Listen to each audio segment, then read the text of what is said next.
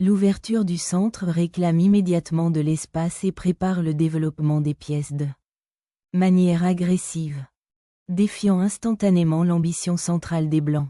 Ce chevalier saute dans une position flexible, prêt à frapper en E4 ou en D5 selon le déroulement de la partie.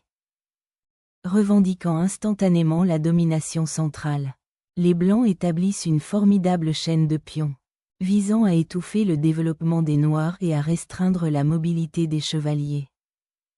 Adoptant la configuration indienne du roi, les Noirs signalent une lutte acharnée pour l'influence centrale et un contre-jeu potentiellement dangereux à l'aile dame, développant un chevalier dans sa case la plus naturelle.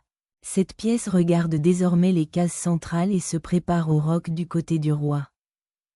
Le fianchetto de l'évêque établit ici une forte présence diagonale, une caractéristique de la configuration indienne du roi.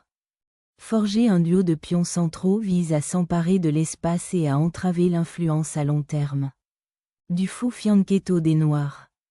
Solidifiant le contrôle central, D6 se prépare à développer le fou et défie la phalange des pions blancs. Pionnier d'un fianchetto pour le fou du côté du roi. Ce mouvement prépare une chaîne de pions robuste et une pression potentielle du côté du roi. Sécuriser le monarque est primordial ici, car la configuration indienne du roi implique souvent des attaques pointues où un roi caché peut être un véritable atout. Développer le fou sur cette diagonale offre un superbe contrôle à longue portée et soutient magnifiquement la structure centrale du pion. Initier le développement du chevalier vers le centre. Se préparer au potentiel E5 ou soutenir une poussée de pion central tout en gardant des options ouvertes pour les projets futurs. Développer le chevalier ici prépare à une tempête de pions du côté du roi, ouvrant potentiellement des lignes vers le roi roqué des Noirs. Le déverrouillage de la structure des pions du côté dame remet immédiatement en question la prise centrale des Blancs et ouvre des possibilités d'attaque. Fortifier le sanctuaire du roi tout en se préparant à contester le dossier central D est une mesure judicieuse. Déverrouiller l'aile dame est primordial. Cet échange ouvre des voies pour que vos pièces se développent activement.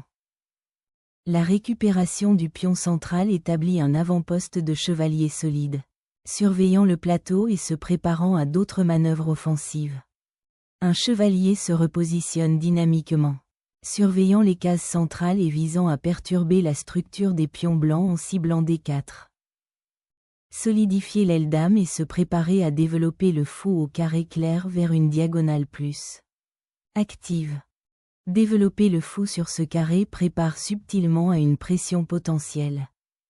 RC8 le long de la file s'est maintenant ouverte. Aiguiser l'influence du fou sur la longue diagonale.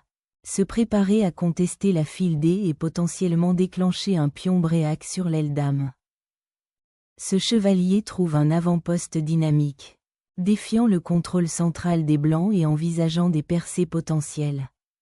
Knight infiltre un avant-poste central vital, menaçant de perturber la structure noire de l'aile dame. En simplifiant la structure centrale, Black vise à liquider les tensions et potentiellement à activer les pièces. Libérer le pion D établit une chaîne de pions centrale dominante, remettant en question le développement des pièces noires et ouvrant une diagonale pour la reine blanche. L'échange du chevalier ouvre la voie à votre reine et vise à simplifier le jeu en une structure de milieu de jeu plus active. En ouvrant les lignes de manière stratégique, les Blancs visent à exploiter la légère faiblesse de la structure des pions des Noirs du côté dame.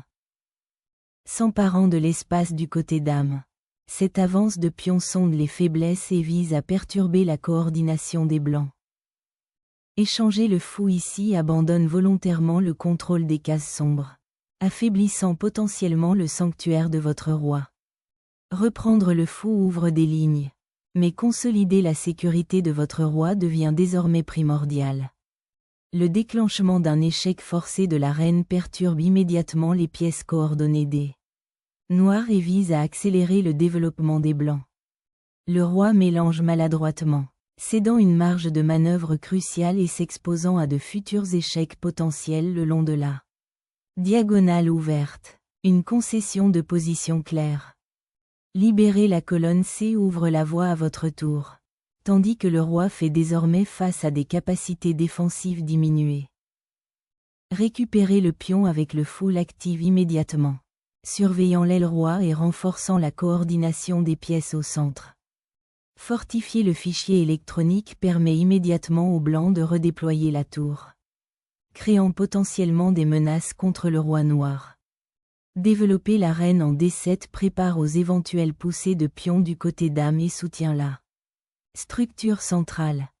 La sécurisation du fichier électronique permet d'obtenir un contrôle central précieux et prépare la tour à d'éventuelles opérations de fin de partie. Déclenchement de la tempête de pions du côté roi. Une tentative audacieuse de déstabiliser le contrôle central des blancs et d'ouvrir des lignes pour un jeu de pièces actif. En sondant le côté dame, cette expansion de flanc teste la structure des pions noirs et menace de perturber leur coordination. Libérer le fou du placement passif lui permet désormais d'exercer une influence sur l'aile dame, dans le but de perturber la structure des pions blancs.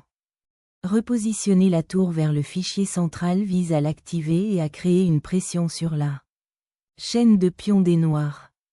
Préparant l'activation de la tour sur la file F. Cela vise à créer une puissante batterie d'attaque avec la reine, menaçant potentiellement le roi blanc. S'étendant sur l'aile dame, ce mouvement vise à s'emparer du territoire et potentiellement à perturber la structure des pions des noirs. Le renforcement de la diagonale du fou en fianchetto offre un contrôle central amélioré et prépare une potentielle tempête de pions du côté du roi. Pousser le pion B étend l'influence de l'aile reine et prépare à défier la configuration compacte de l'adversaire. Défiant la majorité des pions blancs du côté dame. Ce mouvement cherche à contrejouer tout en reconnaissant la vulnérabilité du pion. S'emparant d'un espace central crucial. Cette avancée vise à perturber la structure noire de l'aile dame et à limiter la portée de leur pièce. Ce mouvement active finalement la tour noire pour contester la file ouverte. Une étape cruciale après une accumulation aussi prolongée. Garantissant l'avancée du côté dame. Cette poussée vise à restreindre la position des noirs et à obtenir un avantage spatial du côté dame. Renforçant désormais les pions de l'aile dame. Les noirs visent à créer un contre-jeu et à défier la vaste structure de pions des blancs. Le déverrouillage du fichier C lance un jeu central agressif, ciblant potentiellement les pions affaiblis du côté roi. Adopter le dossier ouvert crée une confrontation tactique critique pour la sécurité du roi. La récupération du fichier central avec la reine aiguise instantanément le paysage tactique. Redéploiement stratégique. La tour vise à infiltrer la structure des pions de l'aile reine et potentiellement à soutenir une future avance de pions. En ouvrant la diagonale de la reine, les yeux blancs affaiblissaient désormais les carrés autour du monarque noir.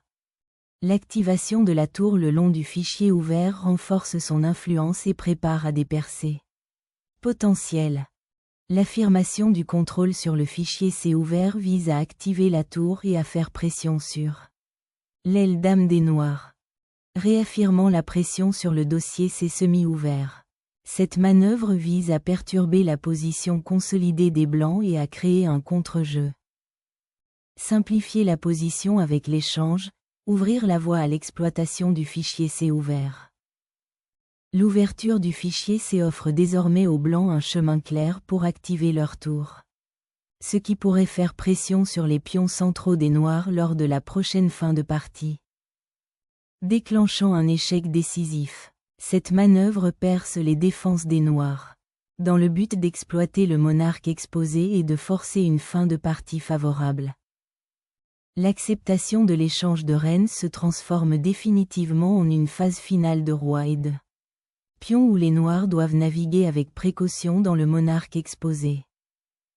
Déverrouiller le fichier D avec l'avance du pion promet une influence centrale significative dans la fin de partie du pion qui s'ensuit. Le roi s'aventure. Une décision audacieuse dans cette phase finale. recherchant une participation active plutôt qu'une défense passive. La marche de ce pion crée une force imparable, étranglant l'espace des noirs. Une capture forcée qui résout les tensions matérielles, initiant les défis distincts de la fin de partie du pion. Libérer le fou pour qu'il occupe le 7e rang crée une forteresse inattaquable contre les pièces restantes des noirs. Activer le monarque dans la mêlée garantit désormais une influence centrale vitale et surveille les menaces potentielles de promotion de pions.